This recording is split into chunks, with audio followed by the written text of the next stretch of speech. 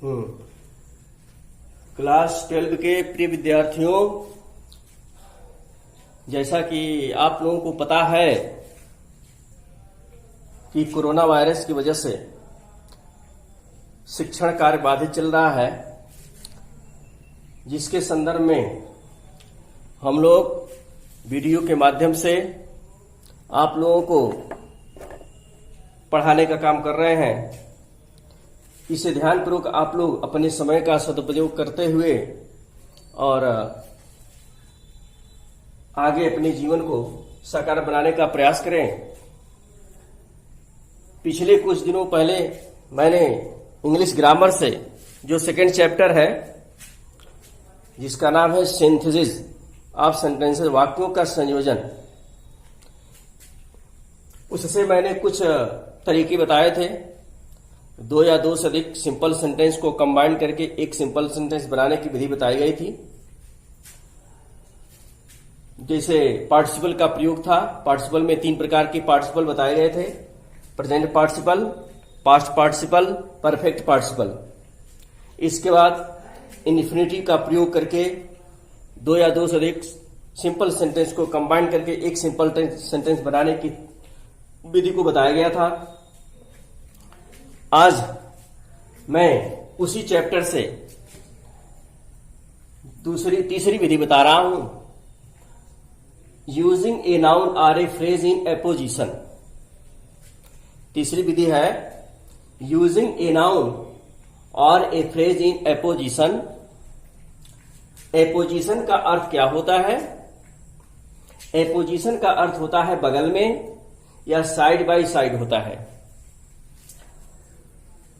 दो आपको जो सेंटेंस दिए जाएंगे,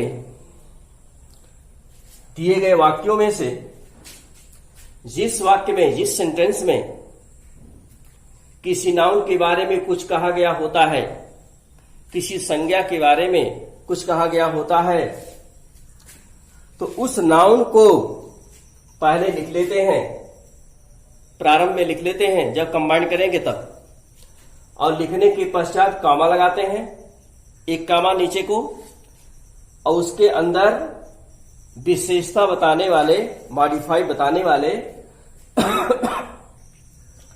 फ्रेज को, वाक्यांश को लिख लेते हैं, और उसके बाद फिर एक कॉमा लगाते हैं, और इस तरह से वाक्यों का एक कॉम्बिनेशन तैयार कर लेते हैं। दो वाक्यों का एक कॉम्बिनेशन तैयार कर लेते हैं, एक वाक्य बना लेते हैं। यह सिंपल वाक्य बनेगा। इसमें मेन रूप से समझने की यही बात है कि जब दो वाक्य आपको दिए जाएंगे तो उसमें हमको यही ध्यान देना है, दोनों वाक्यों में से किसी एक वाक्य में नाउन पहले देखेंगे, उस नाउन की विशेषता या उस नाउन के बारे में या तो पहले वाक्य में या दूसरे वाक्य में कुछ न कुछ कहा गया होता है, उसकी विशेषता बताई जाती है। तो पहले नाउन को लिख लेते हैं। नाउन को लिखने के पश्चात कॉमा के अंदर विशेषता प्रकट करने वाले फ्रेज को, वाक्यांश को लिख लेते हैं। इसके बाद आगे मेन वर्ब या हेल्पिंग वर्ब से अन्य सेंटेंस को लिख करके एक सिंपल सेंटेंस बना लेते हैं। यही चीज मैंने लिखा है, आप ध्यानपूर्वक इसको पढ़ लीजिएगा। एग्जाम्पल से आपको स्पष्ट होगा जो रूल तरीका बताया गया है। John Milton was a famous poet, he was blind. ये पहला एग्जाम्पल है। जॉन मिल्टन यहां नाउन है। जॉन मिल्टन के बारे में बात यहीं भी कही गई है। ए फेमस पोएट, एक प्रसिद्ध, एक मशहूर कवि। ही वॉज ब्लाइंड, वे अंधे थे। कंबाइंड जब करेंगे, एक सिंपल सेंटेंस बनाएंगे, पहले नाउन को लिखा जाएगा। जॉन मिल्टन नाउन है, नाउन को लिख दिया गया। इसके बाद उस फ्रेज को लिखा जाएगा जिस फ्रेज में जॉन मिल्टन के बारे में बात कही गई है। ए फेमस पोएट, एक मशहूर कवि, यह विशेषता जॉन मिल्टन की प्रकट कर रहा है। तो ए फेमस पोएट कॉमा के अंदर मैंने लिख दिया। इसके बाद शेष हेल्पिंग वर्ब के बाद वाज ब्लाइंड दूसरे वाक्य से लिख देंगे। इस तरह से आपका एक सिंपल सेंटेंस रेडी हो जाएगा, तैयार हो जाएगा। John Milton a famous poet was blind. John Milton एक मशहूर कवि अंधे थे। इसके बाद सेकेंड एग्जाम्पल है, Maharana Pratap was a great warrior. Maharana Pratap एक महान वीर थे। He was the king of Mewar. वे मेवाड़ के राजा थे। अब महाराणा प्रताप यहां पर नाउन है, तो नाउन की विशेषता इसी वाक्य से मिल रही है, ए ग्रेट वॉरियर, और दूसरे वाक्य में मिल रही है द किंग ऑफ मेवाड़। तो दोनों में से किसी एक को हम बगल में लिखेंगे, नाउन के बगल में। महाराणा प्रताप जो नाउन है उसके बगल में लिखेंगे। महाराणा प्रताप कामा लगा देंगे। द किंग ऑफ मेवाड़ दूसरे वाक्य से मैंने उठा लिया, द किंग ऑफ मेवाड़, फिर कामा लगा देंगे। तो पहले वाक्य से वाज ए ग्रेट वॉरियर लिखना पड़ेगा, जो बचा हुआ है हेल्पिंग वर्ब से। Maharana Pratap the king of Mewar was a great warrior. इस तरह से एक सिंपल सेंटेंस तैयार हो गया। तीसरा एग्जाम्पल है, Edison was the scientist of USA. He was discoverer of electric bulb. Edison America का वैज्ञानिक थे। He was discoverer of electric bulb. वे विद्युत बल्ब के आविष्कारक थे, खोजकर्ता थे। कंबाइंड जब करेंगे इसको, एडिसन नाउन है तो नाउन की विशेषता इसी सेंटेंस में मिल रही है, the scientist of USA. Edison the scientist of USA, comma लगा देंगे, was discoverer of electric bulb. चौथा एग्जाम्पल है, mister Sharma was a businessman. He earned more money. Mister Sharma एक व्यापारी थे। ही अर्नड मोर मनी, उन्होंने अधिक से अधिक धन कमाया।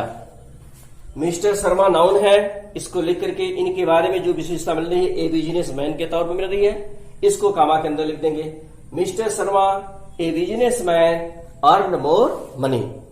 इस तरह से यूजिंग ए नाउन और phrase a position, in a position का प्रयोग करते हुए दो सिंपल सेंटेंस को कंबाइन करके एक सिंपल सेंटेंस बनाया गया है। जो एग्जाम्पल बताया गया है उसको ध्यानपूर्वक आप मनन करिए, अध्ययन करिए, समझ में आ जाएगा। इसके बाद से आगे दूसरी विधि में बताने जा रहा हूं। वह विधि क्या है, उस विधि को भी आप ध्यानपूर्वक देख लीजिए और एग्जाम्पल बताएंगे, समझ में आ जाएगा।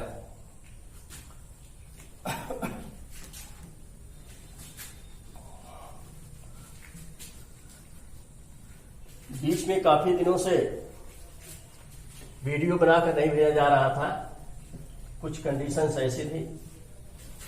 इसमें लॉकडाउन का भी ऐलान हो गया था। अब चूंकि 15 जुलाई से सरकार का आदेश हो गया है कि बच्चों को ऑनलाइन शिक्षण कार्य पूरा कराया जाए, प्रयास किया जा रहा है। अगली जो विधि है उसको आप बता रहे हैं, यूजिंग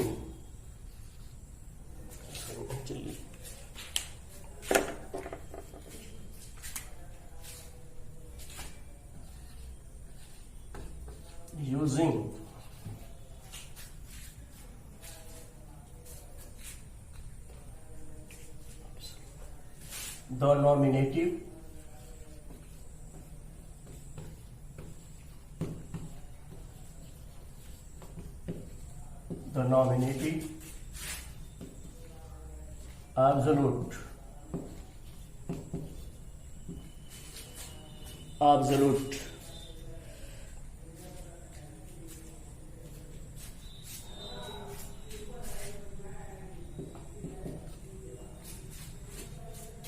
एब्सोल्यूट का अर्थ क्या होता है? एब्सोल्यूट का अर्थ होता है स्वतंत्र कर्ता, नॉमिनेटिव एब्सोल्यूट।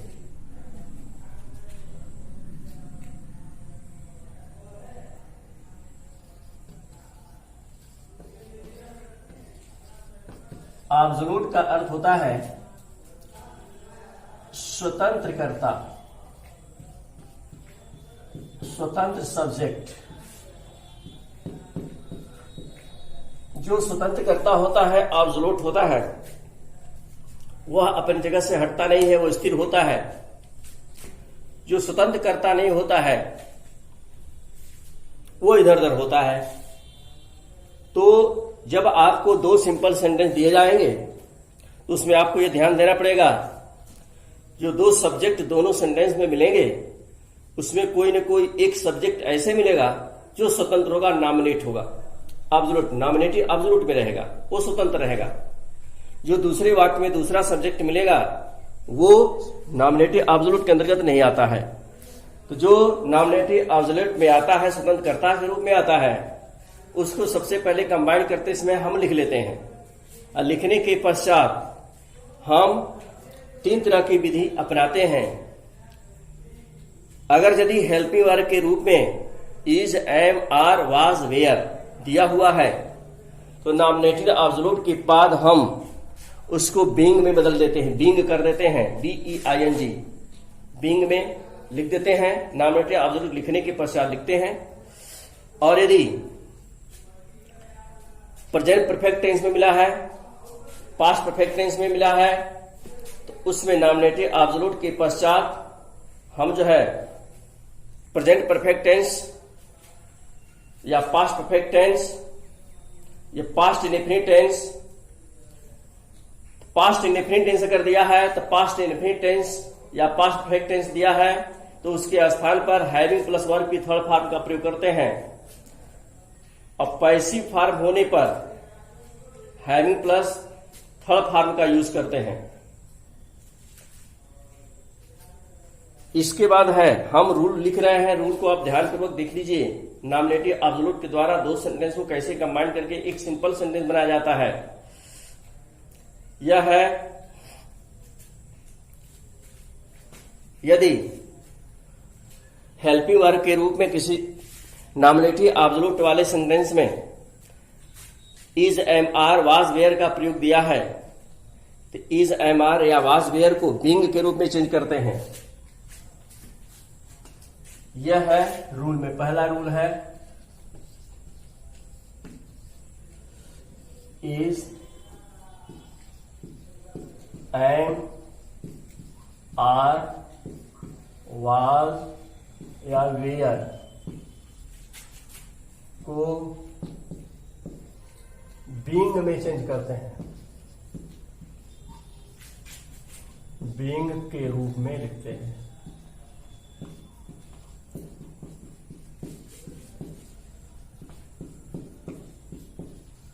बीइंग के रूप में लिखते हैं। यदि पास्ट इंडेफिनिट टेंस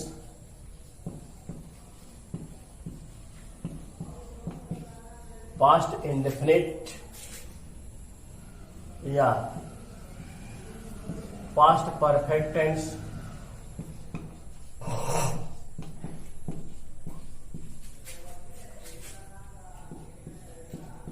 दिया गया है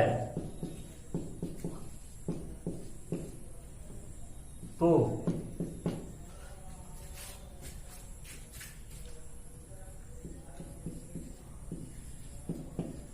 नॉमिनेटिव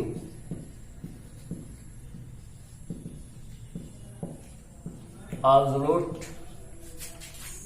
के पश्चात, नॉमिनेटिव एब्सोल्यूट के पश्चात, स्वतंत्र कर्ता के पश्चात हैविंग प्लस वर्ब की थर्ड फॉर्म का यूज करते हैं।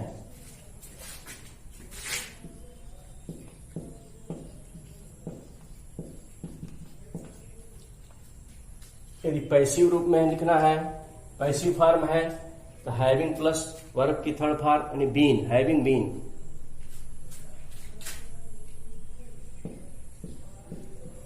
यदि पैसिव में है,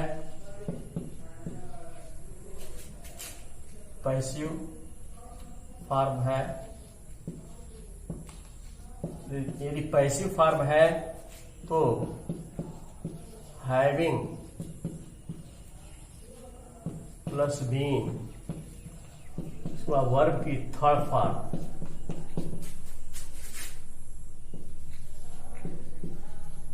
यूज करते हैं।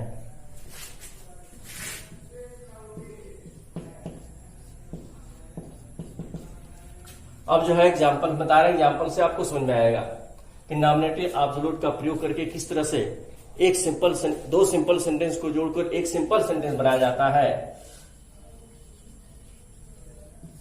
एग्जाम्पल से स्पष्ट होगा। पहला एग्जाम्पल है,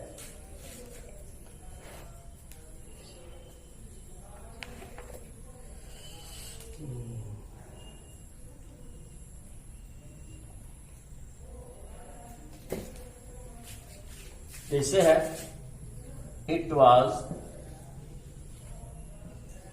मंडे।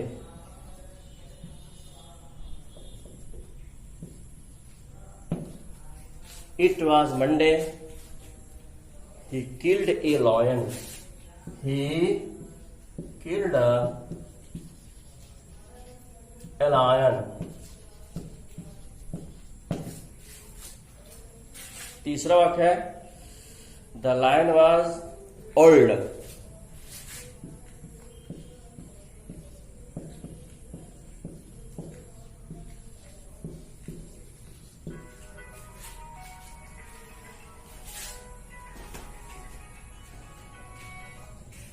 हेलो, हाँ हाँ, हेलो,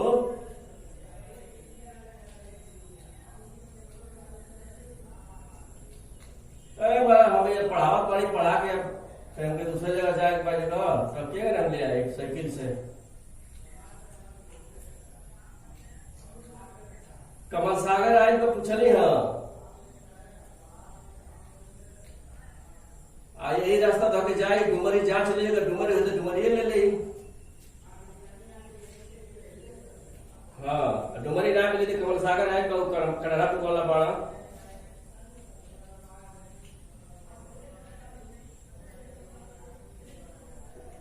अरे भाई तो यार हम क्या ले आ पाए, चलो आज ही आज नहीं तो बहने आई क्या करो।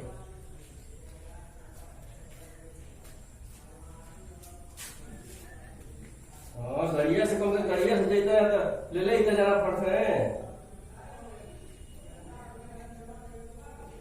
अब कमल सागर माला मिली तो साइकिल से ले आओ तो टाइम लगेगा ना,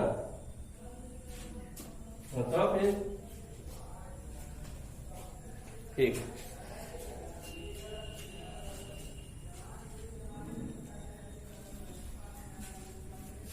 एग्जाम्पल है पहला,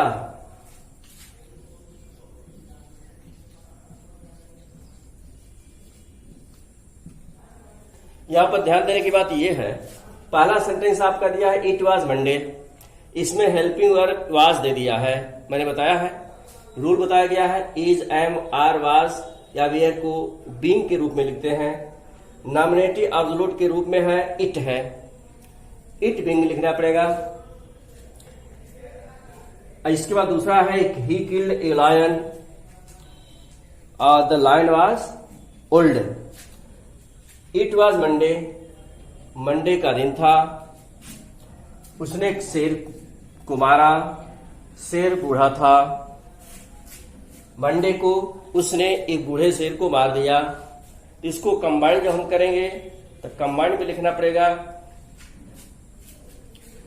इट नॉमिनेटिव एब्सोल्यूट इट रहेगा, स्वतंत्र करता है, इट अपन जगह से हटेगा नहीं।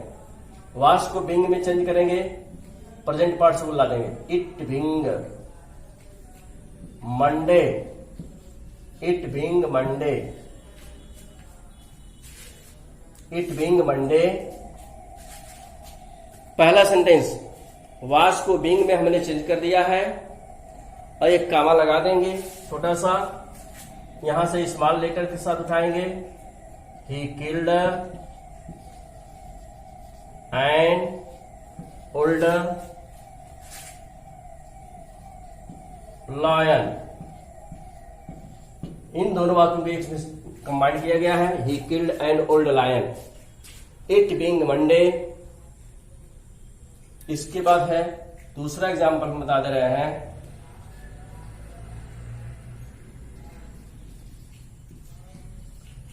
दूसरा एग्जाम्पल है, इस एग्जाम्पल से आपको स्पष्ट होगा।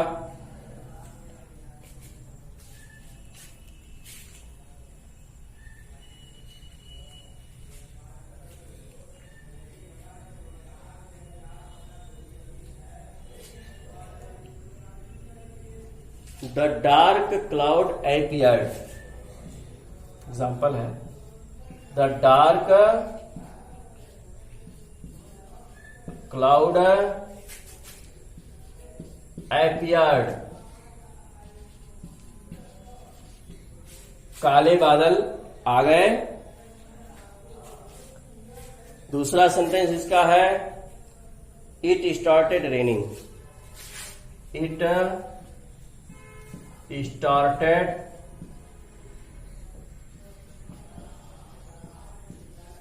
रेनिंग, इट स्टार्टेड रेनिंग, वर्षा प्रारंभ हो गई।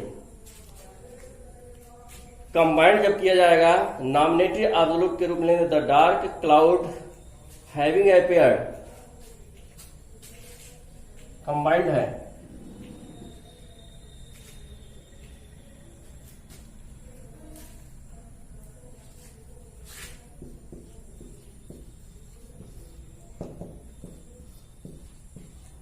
द डार्क क्लाउड, ये चूंकि अपीयर्ड पास्ट डेफिनिट टेंस है तो इसको हम हैविंग के साथ लिखेंगे, वर्ब की थर्ड फॉर्म लगाएंगे।